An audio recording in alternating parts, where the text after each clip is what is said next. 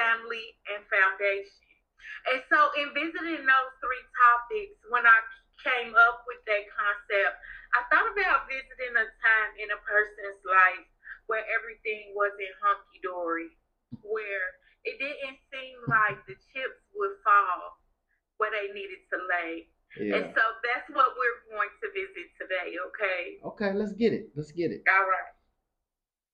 What was your early childhood like? Childhood was cool, man. Very strict. I had my mother, father. They weren't together, but father was there. Mother was, working always. So I just come from a family of hardworking people. I was raised with my aunt, my great aunt, so she was real strict. So I was a little rebellious. You know what I'm saying? I didn't want to do the things that she wanted me to do, but I still wanted to hang with with my crew, and the guys in my neighborhood, in my environment. So, but other than that, I mean, I had a really good childhood, honestly. What area of Gary are you I'm from the Horseman area. from? No, Horseman, I'm Fifth not Ave, gonna walk like Fifth Ave. I'm not. Shout out Horseman. Fifth Ave. Fifth. I used to run around with guys from Fifth Avenue to like Ninth Avenue, from like kind of Buchanan to like to like Bridge Street. So that little circumference, that little area, I felt safe in. You know what I'm saying? I felt safe. So what are your ties to the street hustler? My ties to the street hustler. I got in and I got out early. I'll put it like that. It was really around the high school time, because I'm 49, so that's right around the crack epidemic, Nino Brown, New Jack City. Everybody wanted to kind of be a baller. So I wasn't a super baller. I was a little baby baller. From that from like honestly from around 16, about a 2 year period from 16 to 18. I was real heavy. Running that and kind of hustling. Um, and But I always worked, so I always had a job. Worked at Dooms Bowling Alley serving meals. I was out good in school. So my 11th grade year, I hit the honor roll. People didn't even realize it, but I was when they called my name, I think everybody was shocked. They didn't even pronounce my name right. They said Kerry Williams, so yeah.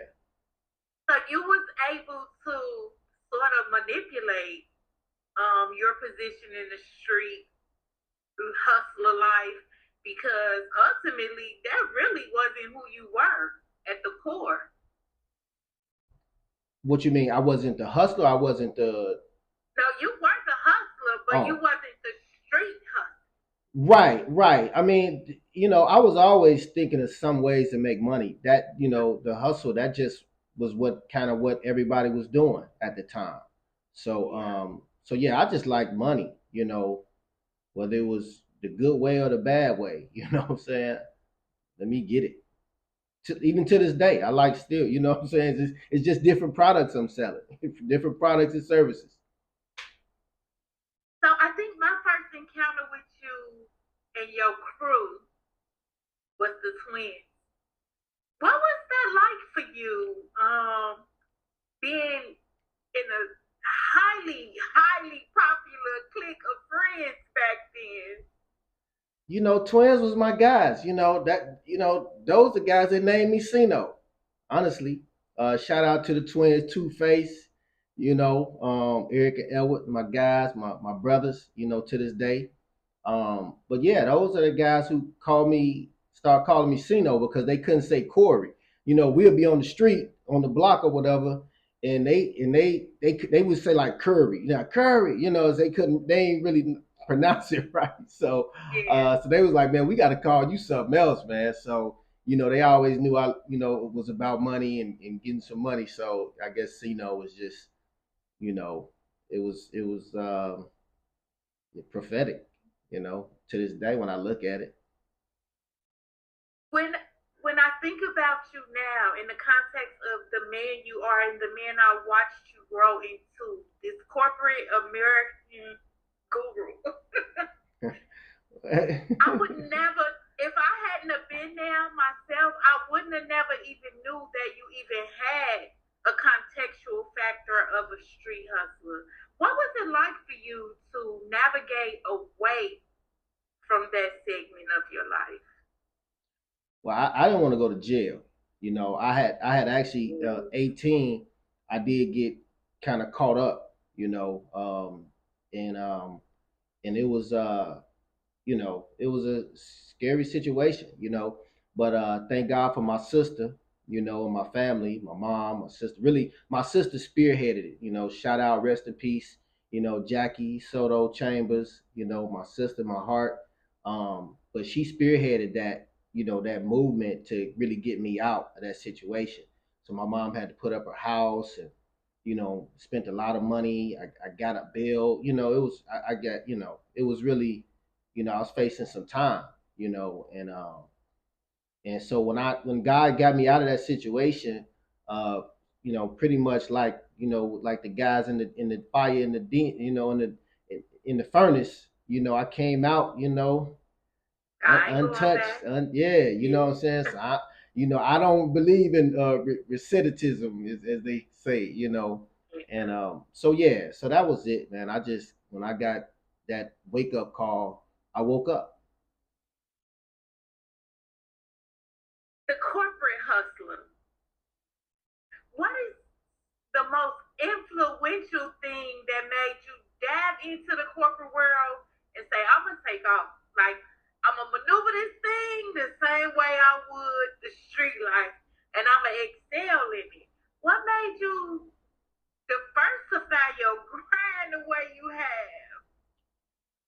That's a good question. I mean, I get just the want some money. You know what I'm saying? Just not wanting to be broke. When I got out of that situation, I started working construction. So I was a bricklayer, tuck pointer.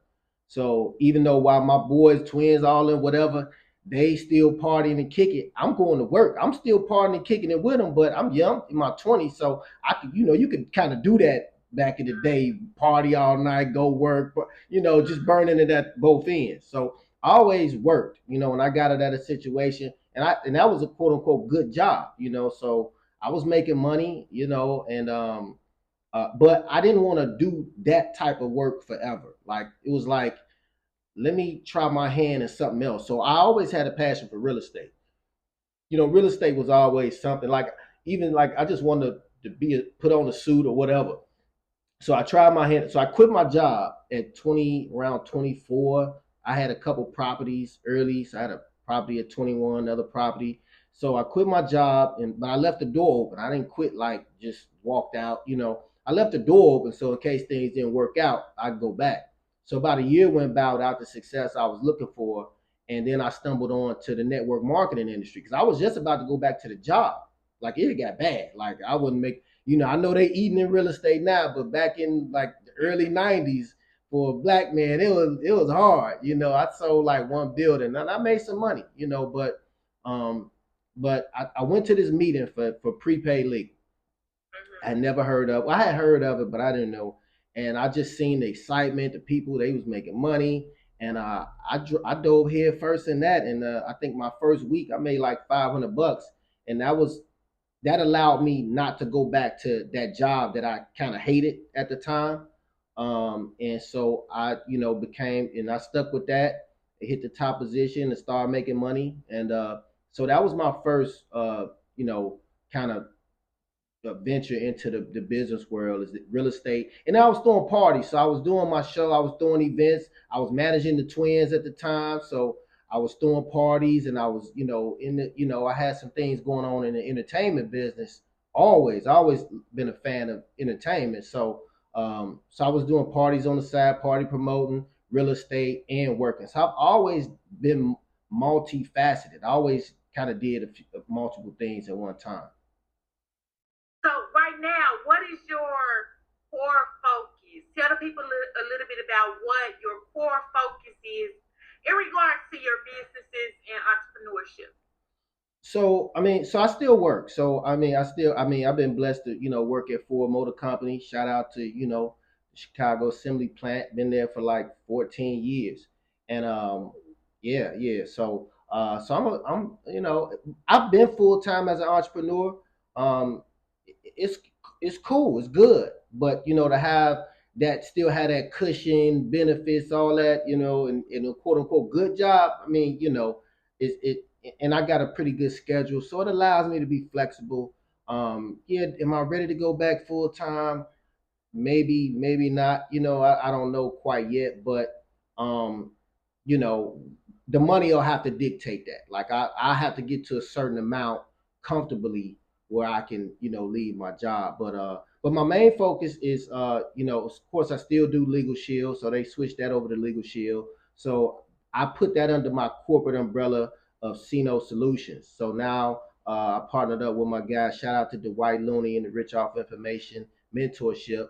And so now we've been able to, kind of put that all into one package where, we provide people with legal services, we provide people with credit repair, business funding, trade lines, things like that, helping people to just, get financially, set up. And then, of course, Convo with Cino really want to build this brand to where it's really being monetized and we really helping people. You know what I'm saying? So that's kind of where we at with that. So let's talk a little bit about the credit solution side. And I appreciate you so much because even prior to you being featured on my show, you actually sponsored an episode of my show to which you gave away to a new subscriber a package that can help her repair her credit. Yeah. How important is financial literacy? It's everything right now.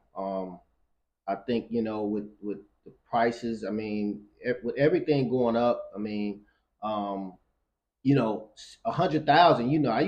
I've been making six figures for many years. And I'm like, I'm looking at that now like it ain't nothing. You're like you gotta really be at a 250, or 250 is like the new 100,000.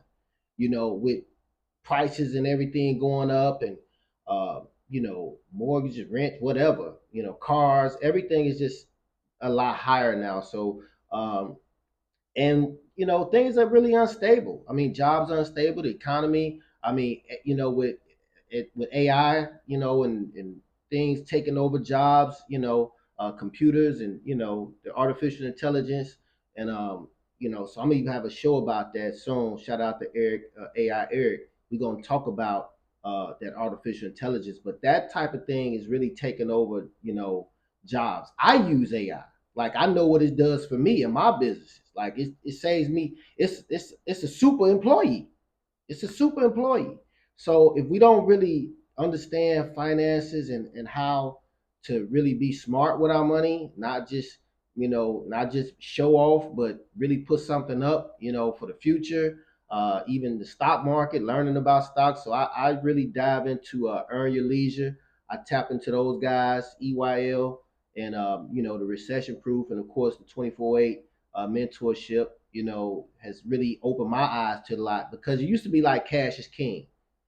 That's really not the that ain't really the play no more. You can be smart with cash, but you can be advanced a lot more by using credit, leveraging credit, and making and turning debt into good debt. You know what I'm saying? I feel like I thought I was doing big, big things in 2019 when I copped the 2020 whip. I'm like, oh, and my daughters kept being like, oh, you're giving rich, girl. But now I feel like getting into that car was the worst thing I could have did to my 600 credit score. That's the worst thing I could have, because right after I got the car, COVID hit, and while we had that little bit of grace period on our credit, it's not so forgiving now. Yeah. Now those late payments back then are reflective on the interest rate, and it's like, hold on, I shouldn't be there. And the company like, well, you are, because you remember COVID and remember how we were mandated by the government, to do X, Y, and Z. And I'm just like, I I should have never got into this loan. But I also feel like I'm not so credit savvy as I should be. So what's the first thing you recommend someone do in evaluating if they're actually in an issue with their credit? I mean, what we do is, give you a consultation. So we really go over your credit report to check for like late payments, like you said, late payments, derogatory marks, a lot of inquiries. Because a lot of people think it's your score, and it's really not all about your score. It's about your report. And so, if you got, high debt, paying off your history is a major factor, how long you had credit, keeping your balances low on your cards, that reflects, you know, and so, in making payments on time. I mean, late payments is a credit killer. You know what I'm saying? Like you could pay down some debt easy. You like if you got a high credit balance, your score may go down the next month or something, but you could pay that down. But a late payment, you gotta call the big dog. That's where we come in. You know what I'm saying? You gotta call me. Are there some specific experiences that you've had in corporate America that makes you pleased with your choice in that lifestyle? Yeah.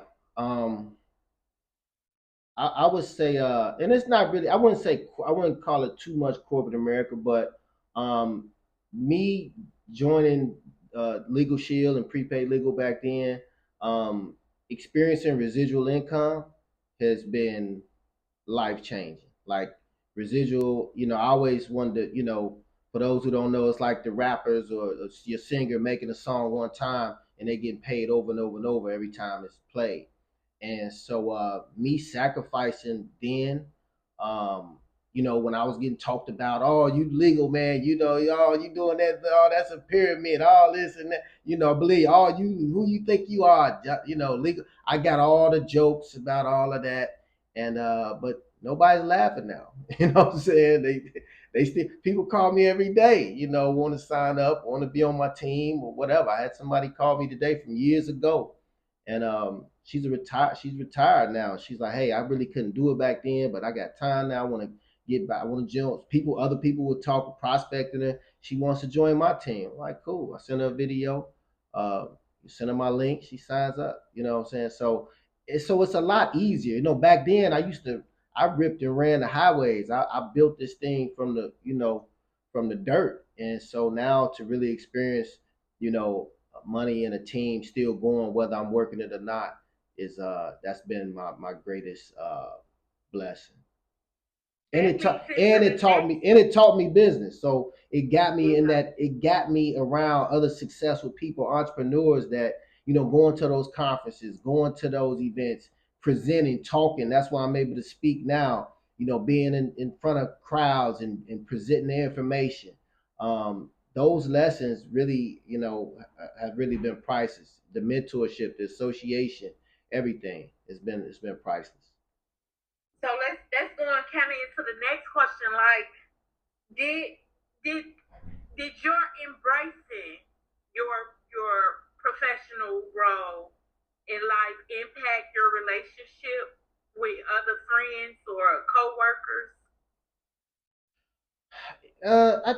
Initially, that's a good question. I mean, when you're doing anything different, I think